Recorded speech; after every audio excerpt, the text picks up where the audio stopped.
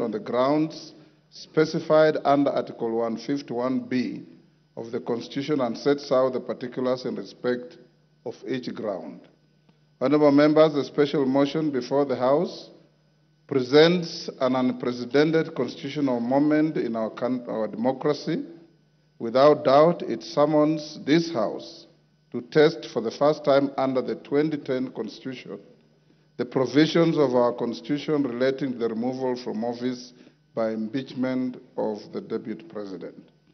It will be recalled that during the term of the 6th Parliament, on 27th April 1989, the then member for Embakasi, the Honourable David Mwenje, successfully moved the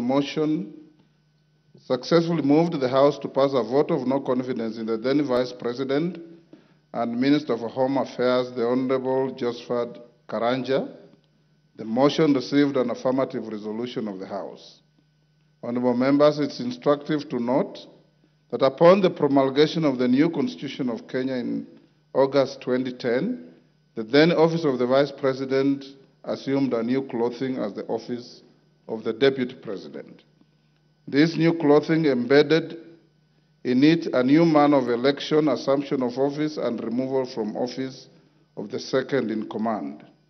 Whereas the previous Constitution conferred upon the President the power to appoint and remove the Vice President, the Constitution of Kenya 2010 shifted the removal of the Deputy President to Parliament. This lays the ground for the notice of the special motion by the member for Kibwezi West. Honourable members, Standing Order 64.2 relating to removal by impeachment requires the Speaker to dispose of a special motion within 3 days of receipt of notice by a member. Standing Order 64.2 as read in the light of Articles 259, 5 and 6 of the Constitution gives the Speaker the deadline of today, Tuesday, 1st October 2024, to notify the House of receipt of the special motion and its admissibility or otherwise. Honourable members, having notified the House of the special motion, I'll now highlight the preliminary procedural and legal requirements relating to the processing a special motion for removal from office by impeachment of the Deputy President. Members at the bar, take the nearest seats.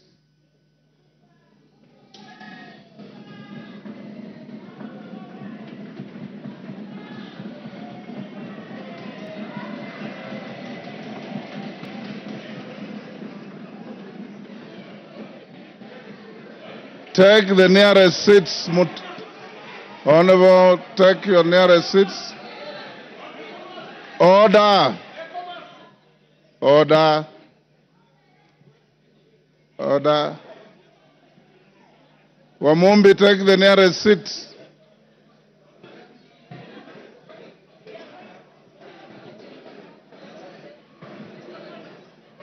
Order, honourable members. Order. Order. Honourable members, Article 152 of the Constitution, order. Article 152 of the Constitution provides that the provisions of Article 145 of the Constitution shall apply with the necessary modifications the removal from office by impeachment of the Deputy President. In particular, Article 145(1) of the Constitution provides that a member of the National Assembly, supported by at least 1/3 of all the members, may move a motion for impeachment of the President on the grounds of gross violation of a provision of the Constitution or any law where there are serious reasons for believing that the President has committed a crime under national or international law or for gross misconduct. Procedurally, Standing Order 64(1) provides that before giving notice of a motion under Article 150 of the Constitution, a member shall deliver to the clerk a copy of the proposed motion in writing, stating the grounds and particulars in terms of Article 145(1) of the Constitution upon which the proposed motion is made, signed by the member, and signed in support by at least a third of all the members of the House. Further, Honorable Members, Standing Order 64-1A lays out the criteria for admissibility of grounds for removal from state office. For clarity, Standing Order 64-1A states, and I quote, "The grounds specified in a motion under this standing order shall be admissible if A, framed clearly to particularize and disclose a gross violation of the Constitution or other written law, where gross violation of the Constitution or other written law is indicated as a ground for the intended removal. B, stating with precision the provisions of the Constitution or other written law that are alleged to have been grossly violated, where gross violation of the Constitution or other written law is indicated as a ground for the intended removal. And C, accompanied by necessary evidence, including annexures or sworn testimonies in respect of the allegations. The foregoing procedural and legal requirements for the processing special motions are buttressed by precedents and jurisprudence in various speakers' rulings and court decisions. Honorable members, today I refrain from restating the jurisprudence and focus on determining the admissibility of the notice of the proposed special motion filed by the member for Kibwezi West. In determining the admissibility of the special motion, I am required to examine its form, threshold, framing of the grounds, and attachment of the necessary evidence. Standing Order 64-1 provides for the criteria for determining whether the proposed motion meets the requirements of the Constitution and the standing orders as to form and the threshold. On form, it should A, be in writing, B, state the grounds and particulars in terms of Articles 151B of the Constitution upon which the proposed motion is made, and C, be signed by the member, and D, be signed in support by at least one-third of all the members of the Assembly. Having examined the notice of the special motion by the member for Kibwezi West, I find that the special motion meets the requirements relating to form and threshold set out in the Articles 145(1) and 151B of the Constitution and Standing Order 64-1. I have also satisfied myself that the number of members who have appended their signatures in support of the special motion exceed the minimum threshold of 117 members in this House. Honorable members, with regard to admissibility of the grounds set out in the special motion, I am guided by Standing Order 64-1A, which provides that the grounds specified in a special motion shall be admissible if A, framed clearly to particularize and disclose a gross violation of the Constitution or other written law, where gross violation of the Constitution or other written law is indicated as a ground for the intended removal. B, stating with precision the provisions of the Constitution or other written law that are alleged to have been grossly violated, where gross violation of the Constitution or other written law is indicated as a ground for the intended removal. And C, accompanied by necessary evidence, including annexures or sworn testimonies in respect of the allegations.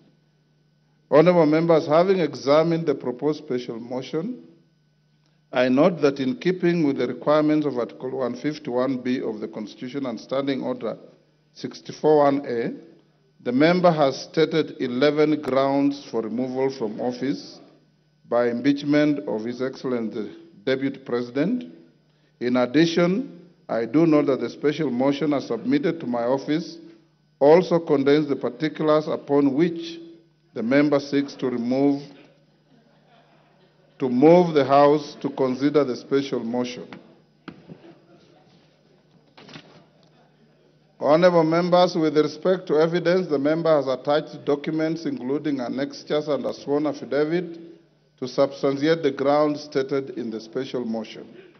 Consequently, honorable members, I find that the proposed special motion by the Honorable Ekomas Mwengi Mutuse MP meets the requirements of Articles 145(1) and 151B of the Constitution and Standing Order 64 and 65 with regard to form, threshold, and grounds necessary for a member to move a special motion for the proposed removal from office by impeachment of the Deputy President.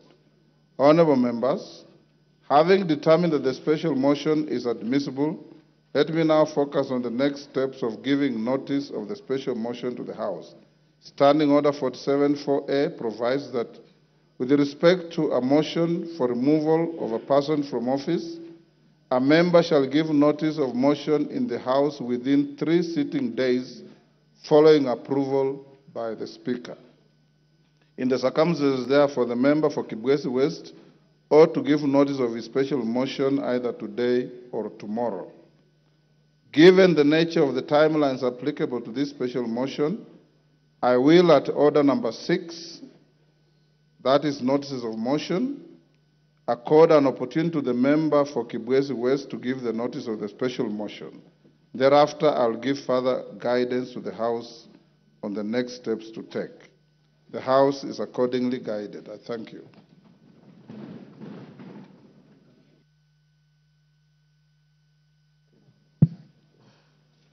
Honorable Gladys Boss, are you ready? We'll go back to order number 5 for the Deputy Speaker. Honorable Speaker, I beg to lay the following paper on the table of the House today, Thursday, 26 September 2024. Report of the Kenyan delegation to the 64th session of the OACPS Parliamentary Assembly and the first session of Luanda, Angola from the 17th to the 21st of February 2024. Thank you, Honorable Speaker.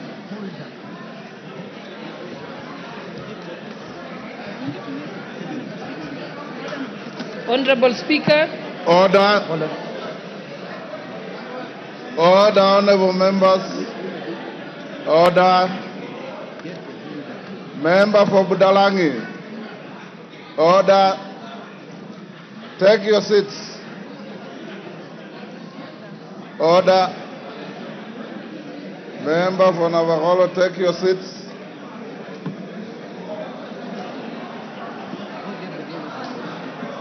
Order, honorable members. Order. Order number 6, Honorable Sholay. Order number 6, notices of motion. Honorable Speaker, I beg to give notice of the following motion.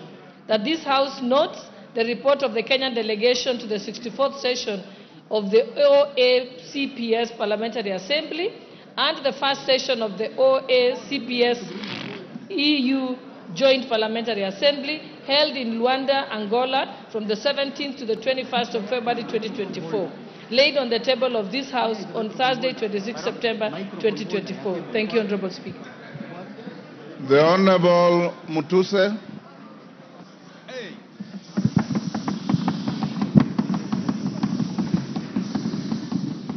Honorable Mutuse, I'll allow you to speak from the dispatch box,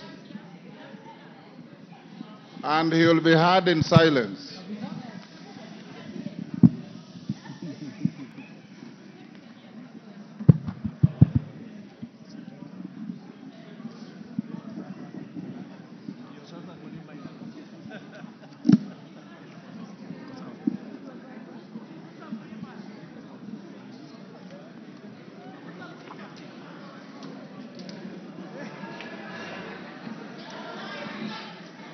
Thank you. Thank you, Mr. Speaker, for the opportunity to move this motion from this table. Mr. Speaker, this is an historical moment, and therefore, with your permission and honorable members, Mr. Speaker, allow me to proceed to give notice of the following motion. Mr. Speaker, sir, honorable members, I beg to give notice of the following special motion as follows. Mr. Speaker, pursuant to the provisions of Article 150, Sub-Article 1B, and sub-article 2 of the same, read together with Article 145 of the Constitution of Kenya that we passed in 2010, and as read together with our standing orders number 64 and 65 of the standing orders of the National Assembly, the Assembly of the Republic of Kenya. This Honorable House resolves to remove from office, by way of impeachment, His Excellency Rigathi Gachagua, EGH, the current Deputy President of the Republic of Kenya. Mr. Speaker, sir, and honorable members, this special motion was lodged with the Clerk of the National Assembly on the 27th September 2024 and contains 11 grounds for impeachment. Mr. Speaker, in compliance with the law, as stated earlier, the grounds are concise, precise, are particularized in the motion, and this is a motion, and are supported by cogent, convincing, persuasive, evidentiary material in the nature of documents, affidavits, and electronic evidence. Mr. Speaker, I will also be presenting live witnesses, viva voce evidence, who will testify to corroborate the evidence that we have adduced in support of the grounds of impeachment.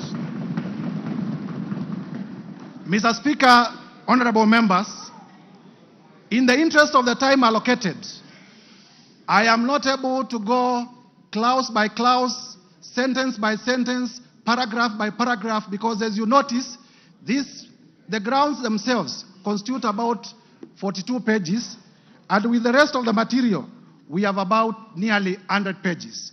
And therefore, Mr. Speaker, with your guidance, allow me to summarize the 11 grounds as follows.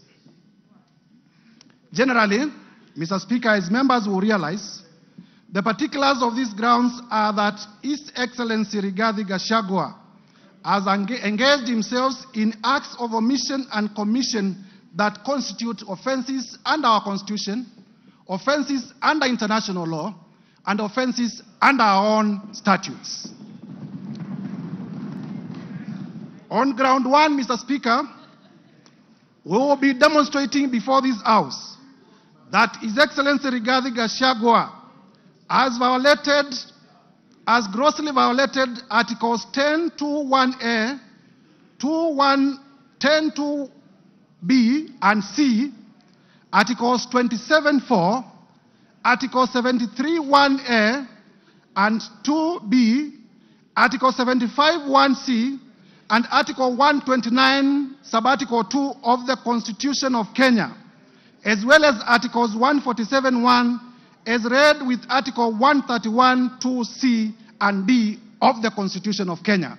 And when the time comes, Mr. Speaker, I will be laying detail, article by article, to show the violations. On ground number 2, Mr. Speaker and honorable members, at the opportune time, I will demonstrate to Kenyans that His Excellency Rigathi Gachagua has violated Article 147(1) of the Constitution and Article 152(1) of the Constitution of Kenya, the most progressive constitution in Africa. Mr. Speaker, on ground 3, I will be demonstrating before this House to Kenyans and to the international community that His Excellency Rigathi Gachagua has violated Article 6(2) of the Constitution, Article 10(2)(a) of the Constitution, Article 174 of the Constitution, Article 186(1) of the Constitution, Article 189(1) of the Constitution, as well as the 4th schedule of the Constitution of Kenya. Mr. Speaker, this is the Constitution of the Republic of Kenya. It is not a mere document. It speaks to the soul of this nation. Under ground 4, Mr. Speaker, I will demonstrate that His Excellency Rigathi Gachagua has violated Article 161 of the Constitution of Kenya. I will further demonstrate under ground 5 that His Excellency Rigathi Gachagua, the Deputy President, the current Deputy President of the Republic of Kenya, has grossly violated Article 3(1) as read together with Article 148(5)(a) of the Constitution. Underground 6, Mr. Speaker and honorable members, I will demonstrate that the Honorable Rigathi Gachagua has committed crimes under Section 13(1)(a) and 62 of the National Cohesion and Integration Act, the act that speaks to our nationhood, the act that speaks to our multi-ethnicity, the act that speaks to our society remaining together as a cohesive society.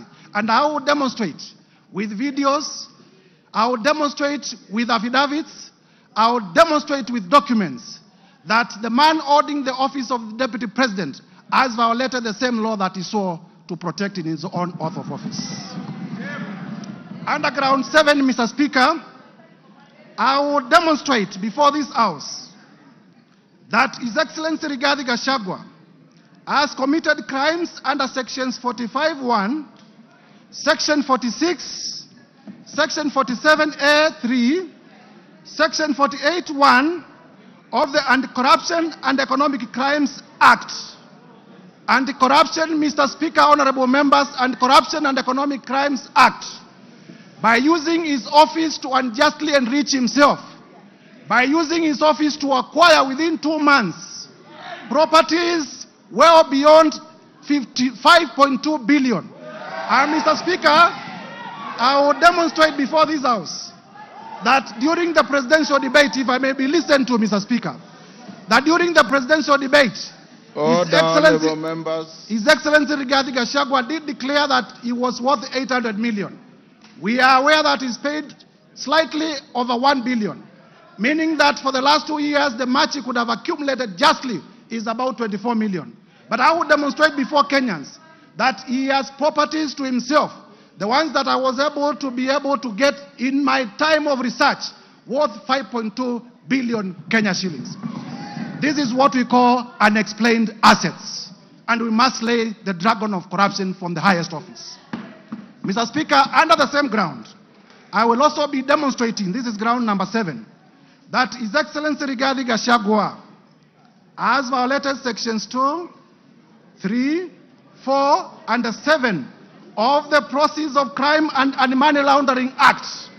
Mr. Speaker, you are aware that the Proceeds of Crime and Money Laundering Act is one of those laws pursuant to Section 2 of the Constitution of Kenya that we domesticated because of our international obligations about money laundering.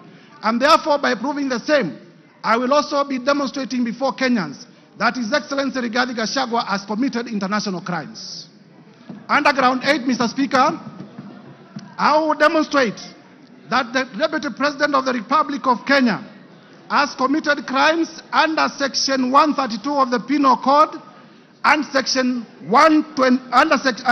29 of the Leadership and Integrity Act. And honorable members will realize that the Leadership and Integrity Act is the law that was enacted by this Parliament, none other than this Parliament, to give effect to Chapter 6 on leadership and integrity of the Constitution.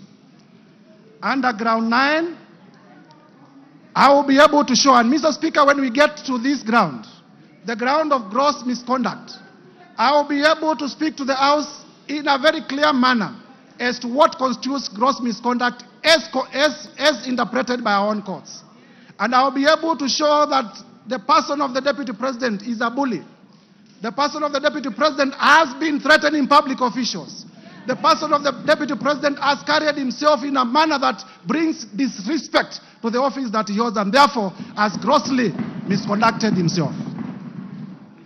Under ground 10, Mr. Speaker, I will also specifically demonstrate that the person of the Deputy President has committed the offense of gross misconduct in the manner of insubordination, insubordinating the presidency and the Kenyan state. The Kenyan state is our soul, and if you insubordinate the state, you are not worth being a state officer.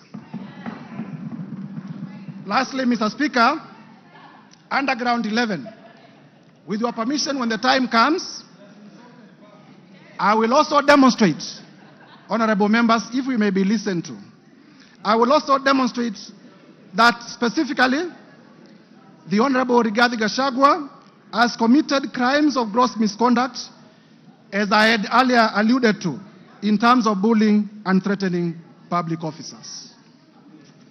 Mr. Speaker, in compliance with the provisions of Articles 145(1) of the Constitution, as read together with the National Assembly Standing Order number 65, honorable members, if you may listen, this is important. A total, Mr. Speaker, a total of 291 members of this National Assembly have graciously appended their signatures in support of this motion. 291 members. Mr. Speaker, it will be remembered, Mr. Speaker, it will be remembered that at this stage of moving the motion, the requirement of the law is that the motion should be supported by 1/3, translating to about 117 members. However, Mr. Speaker, we have 291. I therefore wish to thank my colleague members of Parliament for supporting this motion to over 83%, way beyond the required threshold of 2/3, which is 67%, that is required at the next stage of voting for this motion. So, Mr. Speaker, there are times when we used to say this is an open and shut case. Mr. Speaker, sir, as a requirement of our standing orders, please allow me to read the names of the members who have signed in support of this motion.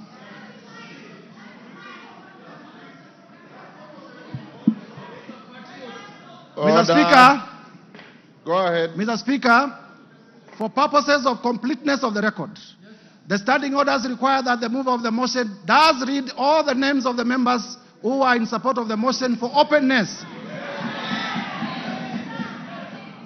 And I therefore read the name of the patriots, borrowing from Senior Peter Kaluma. Mr. Speaker, I began with myself. The Honorable Ekomas Mwengi Mutuse, yours truly. The Honorable Owen Baya. The Honorable Japheth Nyakundi. Matthias Robi. Kimani Ishungwa. Member for Kikuyu and Majority Leader. Abdul Rahim Daoud. Patrick Munene Dwiga. Eric Wamombi, the member for Madera. George Kariuki. Kili Daniel Karido. Dorothy Mudhoni Ikiara.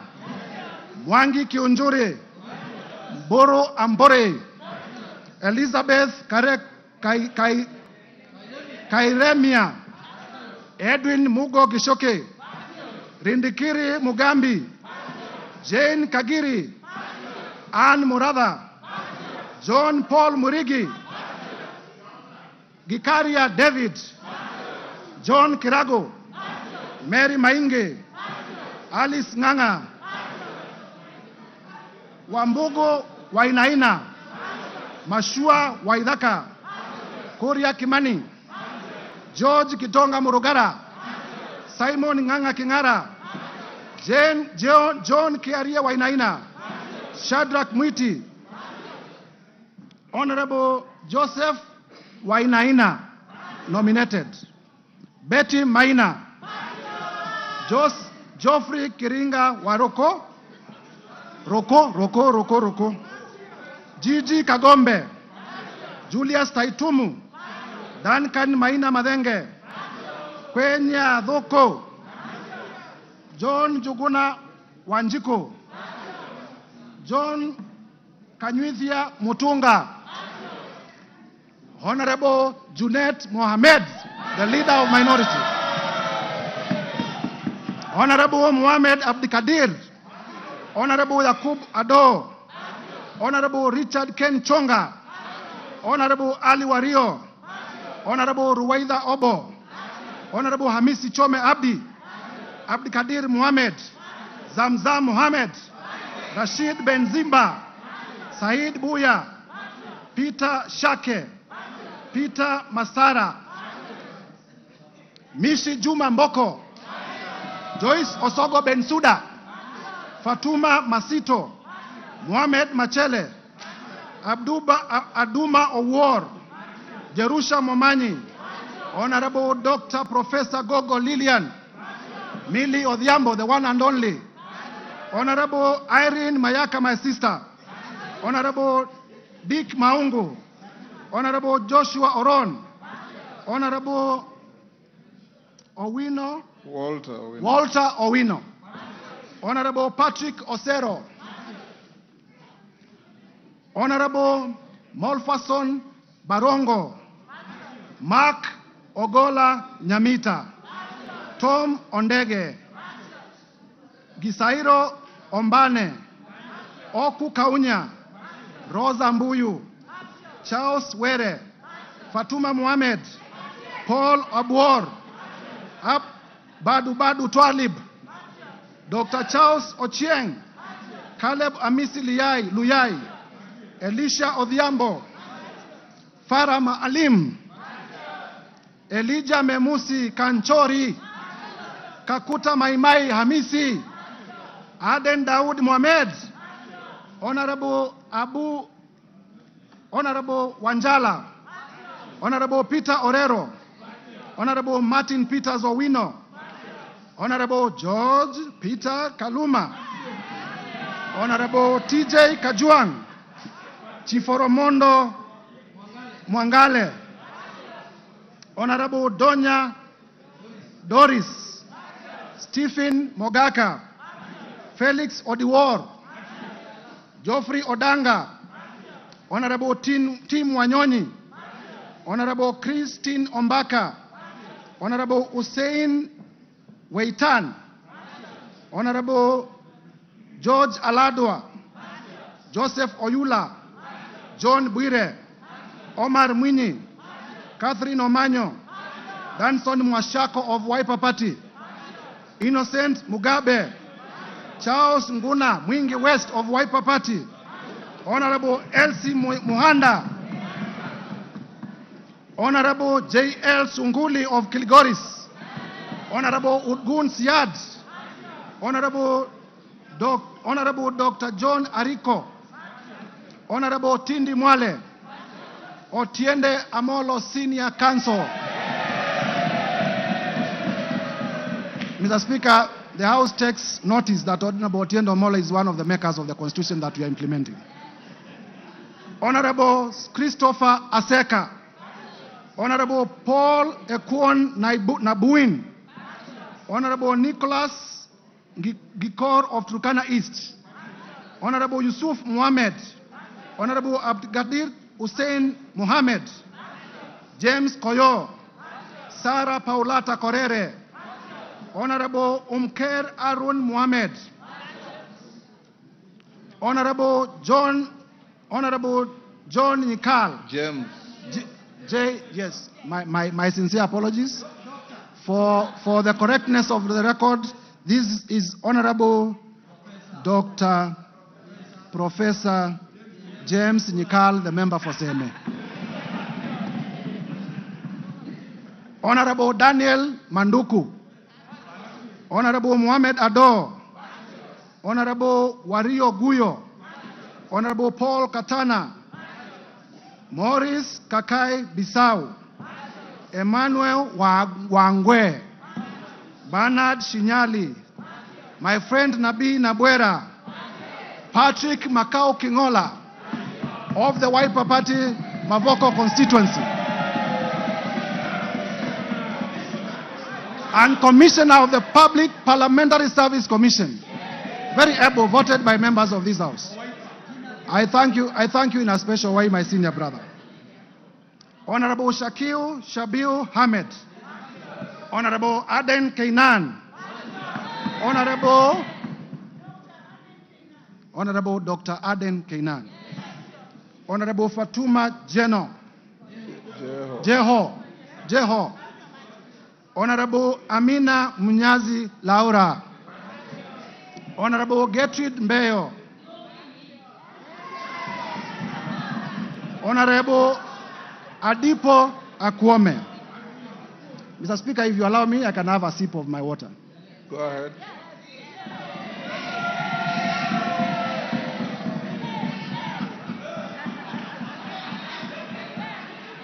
Number 134. Number 134, Abdi Omar Shurie.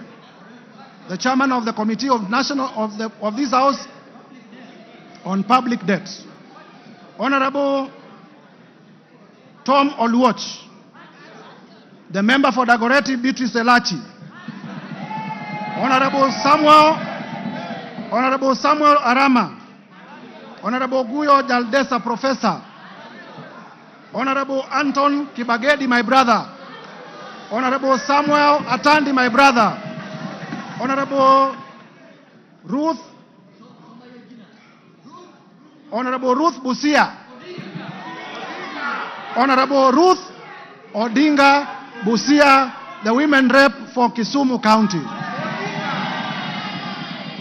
Honorable Eve Obara, Honorable Johnson Manya Naika of Mumias East, Kipyegon Joanna, Omboko Milemba, Marwa Maisori, Moses Kirima, Lydia Aiga Mizigi, Adan Aji Yusuf, Mumina Bonaya, Charles Gimose, Mohamed Tubi, Zahir Janda, Clemens Lawyer, Zuleka Hulbal Arun, Lekumontare Jackson, member for Samburu East, Anton Kenga Mpe, ukimwona Mpe, Bashir Abdullahi, Didmas Barasa, Malulu Injendi, Geoffrey Mulanya, Frederick Ikana. Mr. Speaker, for completeness of the record, there are names that I have cancelled and I have signed against the cancellation. Honorable Titus Amala, Joseph Dena, Honorable Kivai Kagesi, Honorable Vincent Musyoka aka Kawaya, member for Mwala, Honorable Fabian Muli, Honorable Caleb Mule, Honorable Joshua Mwalio, Honorable Dr. Recho Nyamai Kaki, Honorable Nimrod Mbai aka KPLC, Honorable Dido Raso, Honorable Lekuton of Laisamis, Honorable Chief Whip Silvano Sosoro, Honorable Abdisarat K. Ali, Honorable Abdul Haro, Honorable Mary Emase, Irene Joki, Nebat Muriuki, George Gachagua, Stephen Karani, Gidhua wa Mashukuru, Rahabu Mukami Washira, Joroge Wainaina, Elijah Njoroge Kururia, Epuyu Nanok Daniel, Mudhoni Marubu Monica, Kenneth Tungulu, Mudhama Stanley, Joseph Emanthe Namur, Faith Gitau, Cecilia Asieni Ngitit, Pamela Njoki Njeru, Rahab Robert Basil, the member for Yatta and Wiper Party. Protas Akuja, Kasim Sawa Tandaza, Pauline Lengimis, Honorable Dr. Robert Pukose, Honorable George Sunguia, Honorable Joash Nyamoko, Kitlai Olentutu, Lea Sankaire, Lemankon Aramat, Agnes Pareño, Gabriel Tongoyo, Rebecca Tongei, Catherine Wambilinya, John Makali of Kandui, John Chikati, Susan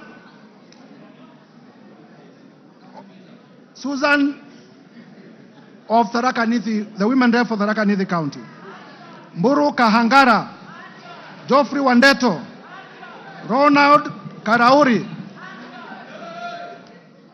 Jackson Koech,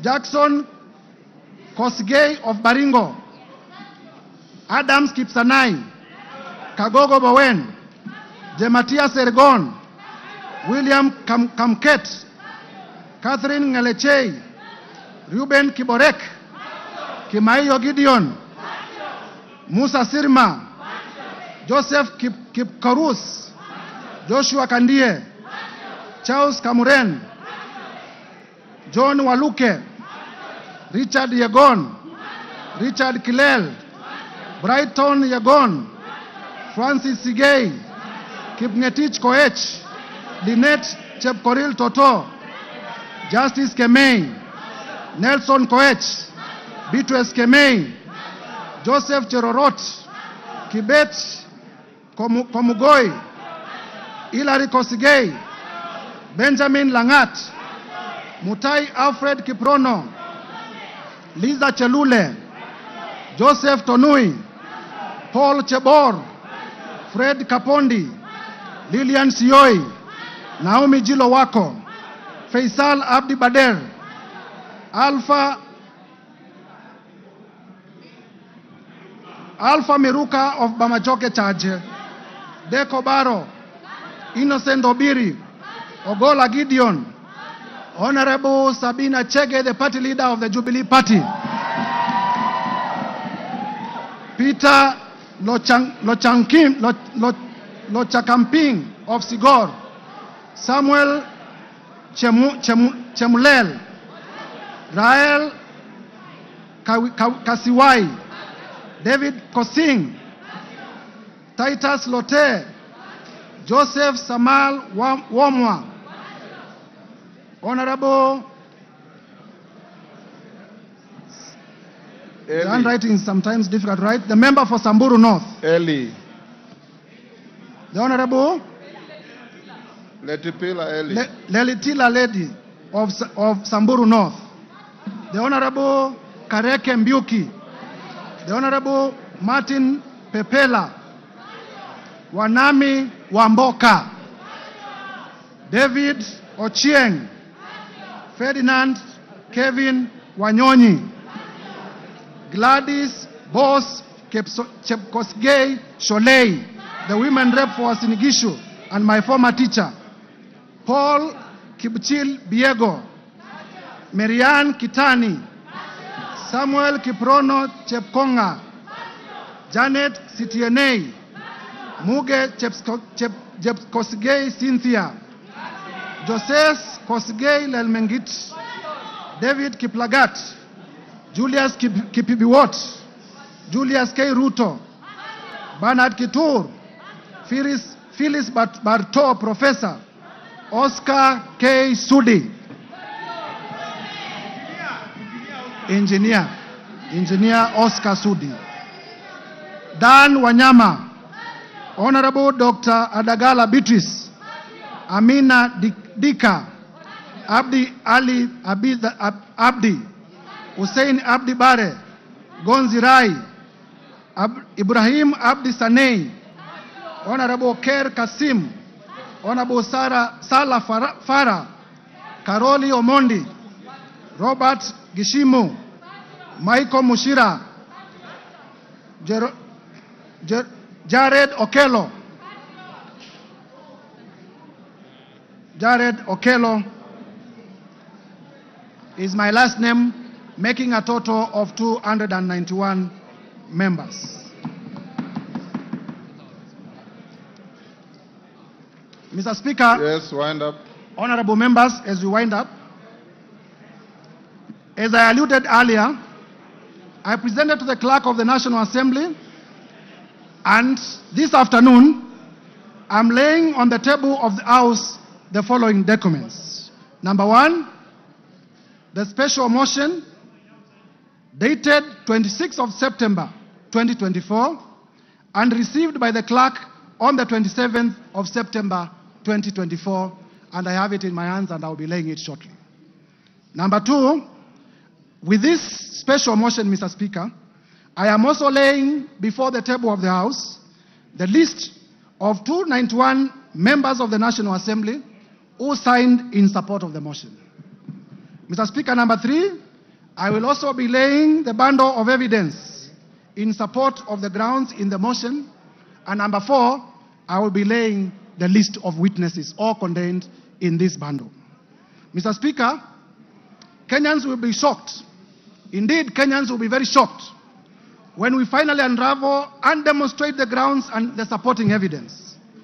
I therefore, through you, Mr. Speaker, humbly request the House Business Committee to allocate me ample time at the time of moving the motion so that Kenyans can appreciate in detail the injustices that have been committed against them by the person of the Deputy President. I thank you, Mr. Speaker, and I beg to give notice of the special motion and to lay the said documents on the table of the House. And if you allow, Mr. Speaker, as I conclude, please allow me to highlight the following. Order. Mr. Speaker, I am a Christian, and I often read the Bible. And the Holy Bible, in the book of Proverbs 29 verse 16, says as follows: when the wicked are in authority, sin flourishes. But the godly, and mark the godly in small g, will live to see their downfall. That is the Holy Book as contained in the book of Proverbs 29:16. Further, Mr. Speaker, in the book of Mark, chapter 9, verses 42 to 47, it says as follows, and I quote: If anyone causes one of these little things, honorable members, Kenyans, please listen carefully. If anyone causes any one of these little things, those who believe in me, to stumble, it would be better for them if a large millstone were hung around their neck and they were thrown into the sea. 43, if your hand causes you to stumble, cut it off.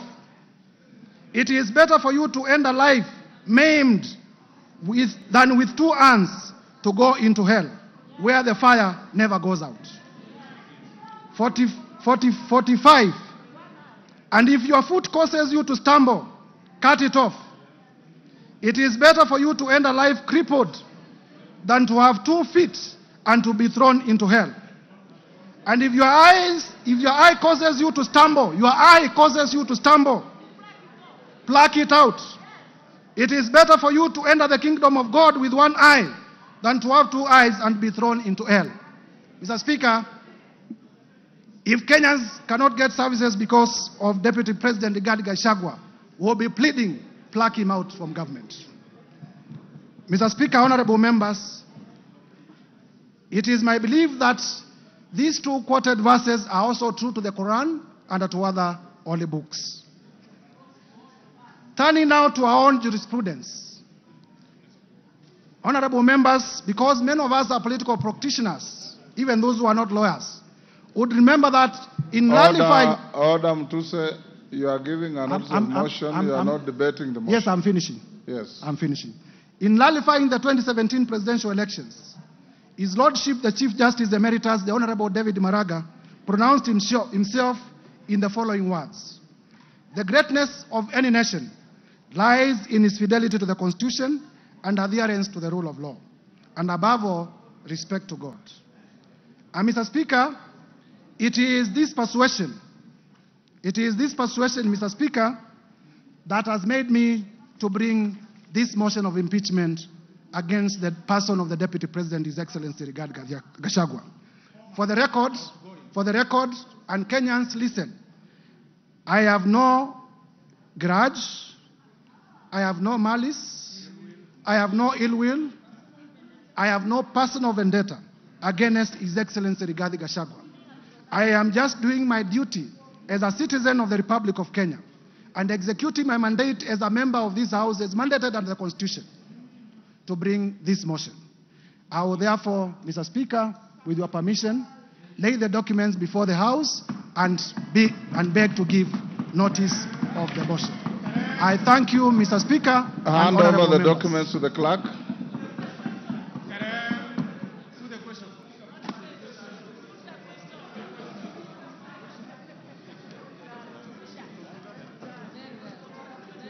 Yes, Ruku, what is it? Order, members. Ruku, what is it? Honorable Speaker. In relation to the motion? Yes. What is it? Honorable Speaker, I rise to seek your clarification on the special motion for the removal of the Deputy President. Honorable Speaker, as you are aware, 4 seats in the House are vacant following the resignation of the Honorable Obio Wadai and Honorable John Badi upon being appointed as Cabinet Secretaries. Further, as you are aware, the seat of Magarini constituency was declared vacant following a successful election petition. The Banisa constituency seat was also declared vacant following the unfortunate demise of our colleague. In this regard, we are now 345 members in this House and not 349 members. Honorable Speaker, in this right, what the threshold shall you use to determine whether the special motion, what is the threshold, Mr. Speaker, shall you use to determine whether the special motion meets the constitutional threshold?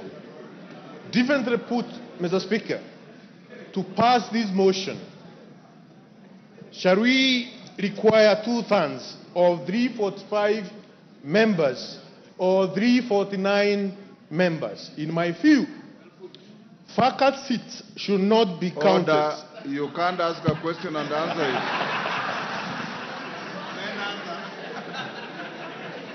You cannot ask the question and answer it. Honorable Speaker, let me prosecute. I'm trying to prosecute my point of order. In my view, vacant seat should not be counted in determining the voting threshold. Further, I wish to seek your clarification on whether our proceedings are varied in the right of the 4 vacant seats. Thank you, Honorable Speaker. Thank you. You've made your points. Bashir?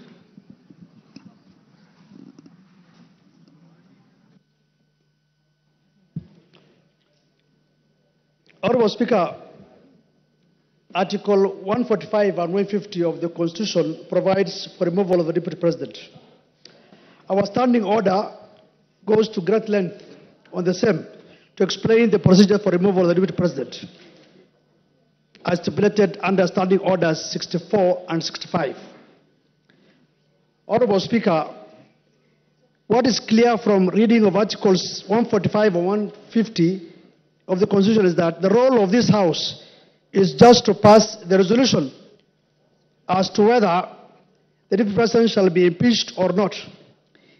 It is the exclusive role of the Senate to conduct the trial process. Simply put, we are the initiators and the Senate will be the trial house.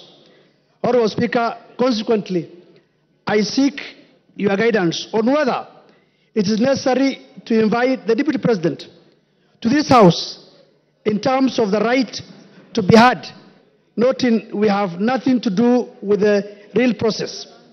In my view, the Deputy President shall be required to appear before the Senate, but nevertheless, I seek your indulgence on this matter. Thank you, Honorable Speaker.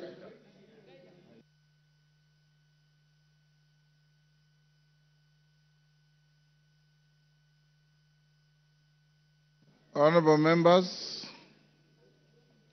we'll leave it there. Yes, Junet. Mr. Speaker, I don't intend to anticipate the debate.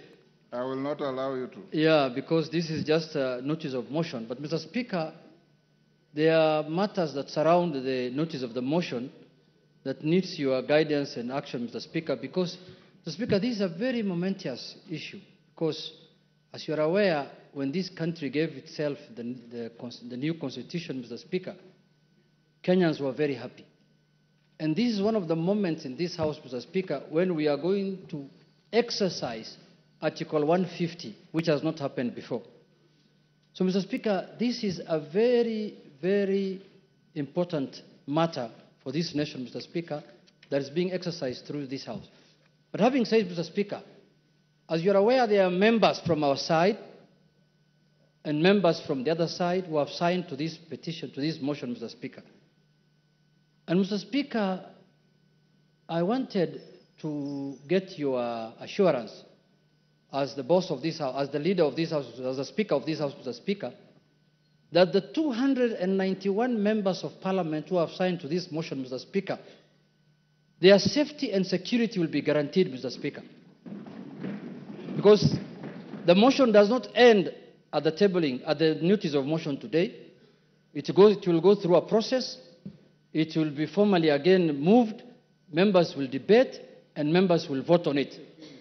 Mr. Speaker, we want those 291 members of Parliament to turn up here the day of voting, Mr. Speaker, without missing any one of them, Mr. Speaker. Mr. Speaker, we have just passed the new Inspector General of Police the other day here, Mr. Kanja. Not really.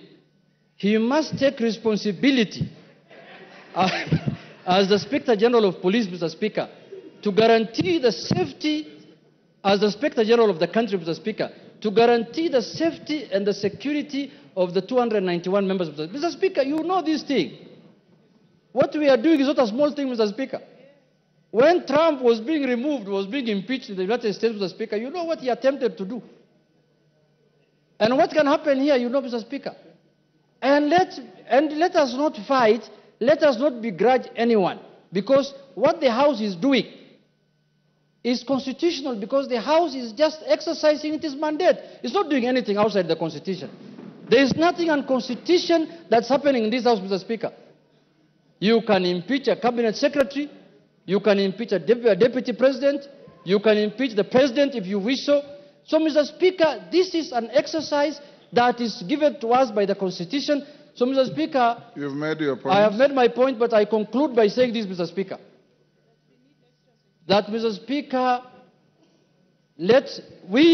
when we were elected, Mr. Speaker, as members of Parliament, we became the staff of the Parliamentary Service Commission. Each member here, Mr. Speaker, their employer, they are employees of the Parliamentary Service Commission, which you are the chairman, Mr. Speaker. So, Mr. Speaker, I have spoken on behalf of the members because when they were signing, that is what they told me.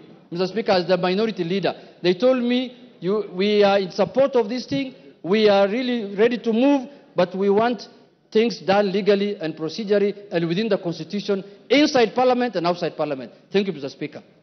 Thank you. I don't want to open debate. Yes, Whip, what's your point of order? Honourable Speaker, I also seek your guidance and indulgence on the notice of motion that has just been tabled here today, because we all agree that post-2010 Constitution, this is unprecedented. In as much as it happened years back, this is very new, post-2010 Constitution, and we will need a bit of some guidance. Ordinarily, Honourable Speaker, any motion that is brought before this House and that is of public interest goes through the entire process, including public participation, Honourable Speaker. I need to seek your guidance and indulgence on the place for public participation as far as this notice of motion is concerned. Because looking at the jurisprudence that has been made by the courts and the lower legislative arm, which is the county assemblies, on the impeachments of the governors and deputy governors, Honourable Speaker, you will realize and notice that many impeached governors or their deputies challenge their impeachment based on the process of public participation, Honourable Speaker. This is unprecedented, and of course it's my view that to replicate the same, to what happens on the impeachment of governors and deputy governors, and they invoke the element of public participation across the country. You've made your point. Thank you, sir. Yes, Majority Leader. Before you, Majority Leader, Farah has been raising his hand. I'll give you 1 minute, Farah. Mr. Speaker, I also join the other colleagues in this, but I've just one very important most important in this country to raise. Not only do we have to protect the lives of 291 members of parliament who have appended their signature there, we must also protect the system. The IG must protect our president to the hilt. Because you know the kind of a constitution we have. Any reckless thug can decide to change the course of history if, God forbid, anything were to happen to our president. You get my point? And there are people who we have been so worried lately, I get the feeling that they can even have the capacity to plan something like that. Let us make sure this information goes out. Our president must be protected to the hilt until this motion is over. Because if, God forbid, anything were to happen, then we have something much bigger to worry about. Thank you. And those guys are... You're the last on that. Thank you, Honorable Speaker. My Honorable Speaker, if you will indulge me, I'll add something on security. But before that is on Standing Order 85, Honorable Speaker. 85-2, which, Honorable Speaker, would beg, even as you guide members, that members listen, that it shall be out of order to anticipate the debate of a motion of which notice has been given by discussion upon a substantive motion or amendment and all that is said in the standing orders, Honorable Speaker. And I say this, Honorable Speaker, because I know we are in an open and transparent society, and many of us will be invited to media stations to discuss this impeachment motion which notice has been given today. Just to caution members that it will be completely out of order to discuss the substance of the motion in media stations before debate, as is contained in our standing orders. So when we're invited to media stations, maybe we be guarded in what we discuss, so that we do not go into the substance of the motion until we are done with debate. After debate, Honorable Speaker, we are all at liberty to discuss, and that includes, Honorable Speaker, both those who have appended their signatures, like myself, and the other few who have not appended their signatures, Honorable Speaker. The 58 members who have not appended their signatures. Honorable Speaker, just to add on to what the Honorable Farah and Honorable Junet have said. Honorable Speaker, the security of members of Parliament is paramount. Honorable Speaker, I say that looking at you, because you know on the 25th of June this year, Honorable Speaker, none other than yourself, you were a target, and you know that. And not a target for harm, but a target for elimination based on the position you hold as Speaker and the ranking order should anything happen to the President or the Deputy President, Honorable Speaker. Honorable Speaker, I want to beg that you take with a little more weight the issues raised by Honorable Junet and Honorable Farah Maalim, because, Honorable Speaker, we have seen it on social media. We have been told by certain quarters that before March of 2025, they say bendera itapepea mlingoti nusu. Honorable Speaker, these are weighty issues. And I hear what the Honorable Farah Maalim is saying on the security of the President, and we have no business to advise the Inspector General and the Director of the National Intelligence Service on what to do.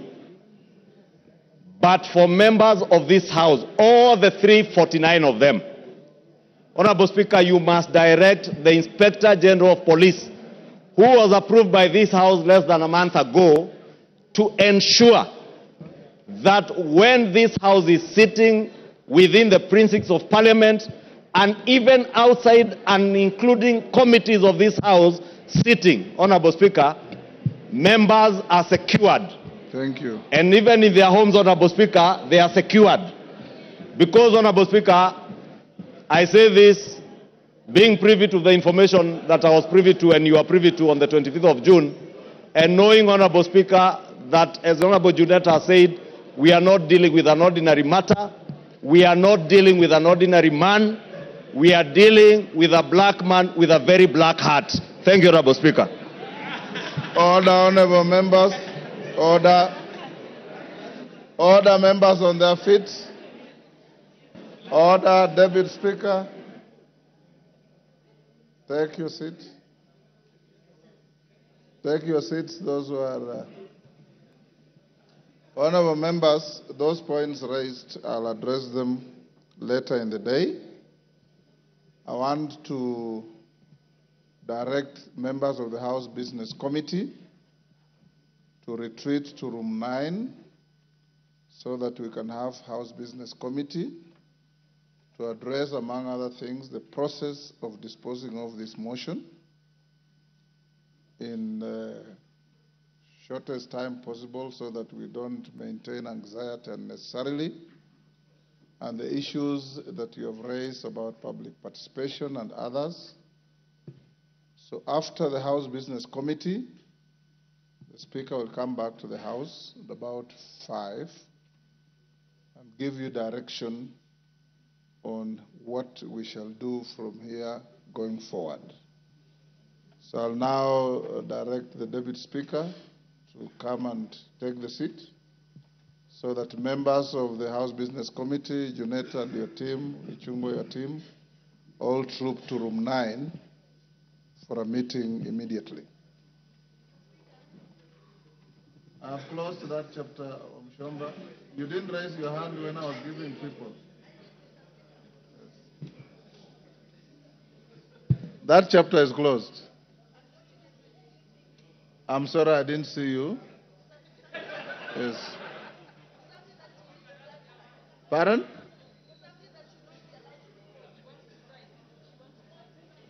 Two? Take the seat. Deputy Speaker, take the seat.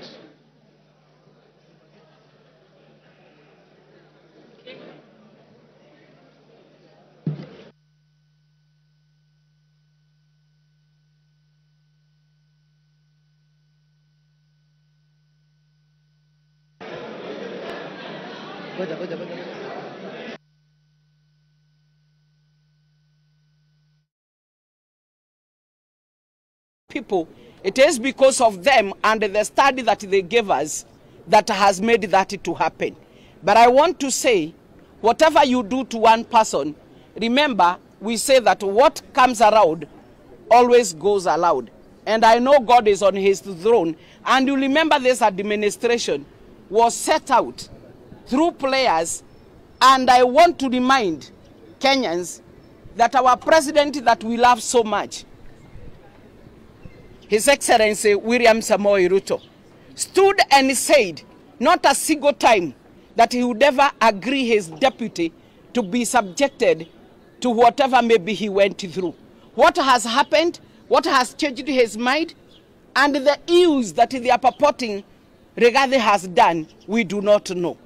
Whatever they are mentioning, the hotels and whatever have you, why are we not being told, right from number one, His Excellency, to the CSs, to the PSs, to the members of parliament, to the county assembly members, what each one of us has bought within the 2 years. So you can see it is totally winch hand.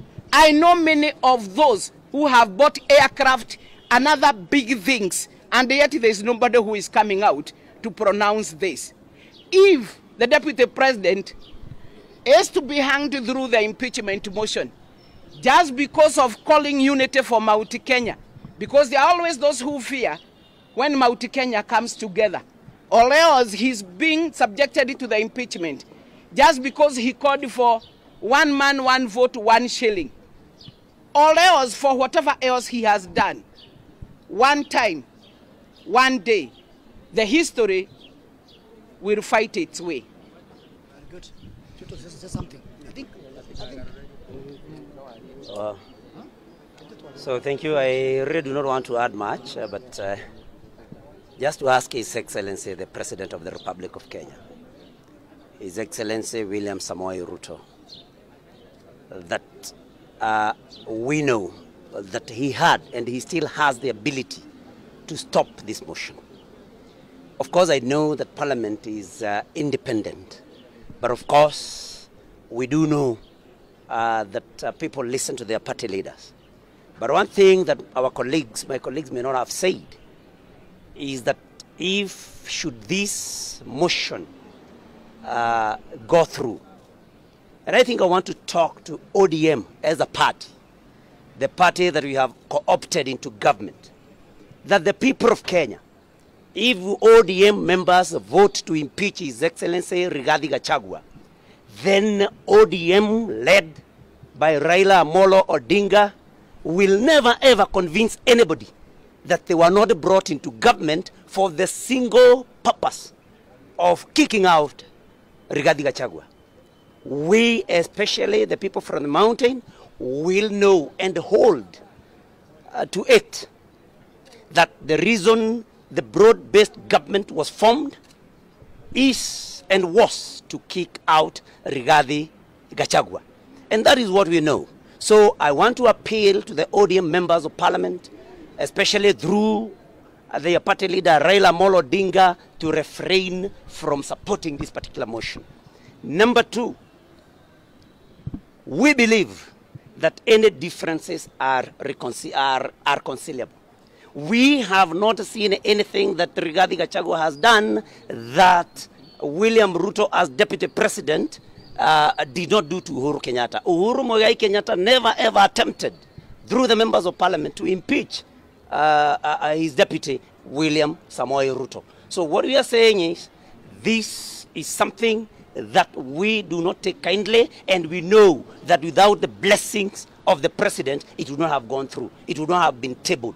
And so we are just appealing, if there are differences between the president and his deputy, let them seek reconciliation, especially like my colleagues, like we have said in the statement, through UDA party dispute resolution mechanism. Otherwise, divorcing Rigathi Gachagua is divorcing the whole mountain. And that is what we know as people from Murang'a. Thank you very much. Thank you. Do you see the hand of the president?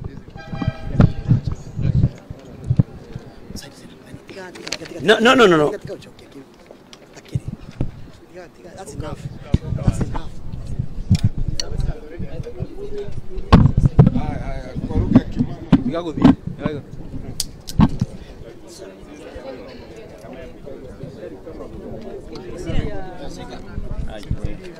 Rudisha huko lugha ya mama. Patia mwenye lugha ya mama ashike. Ndio wapi bata. Daruka onyesha microphone kama mimi. Mere hiki.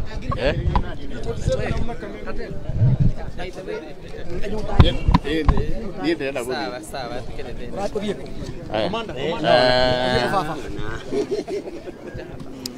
Okay, nyambiriria. Ready? Gwiciria toguo twathomerwo statement ino itu na rũthiomi rwa Gĩthũngũ. Ithuĩ ta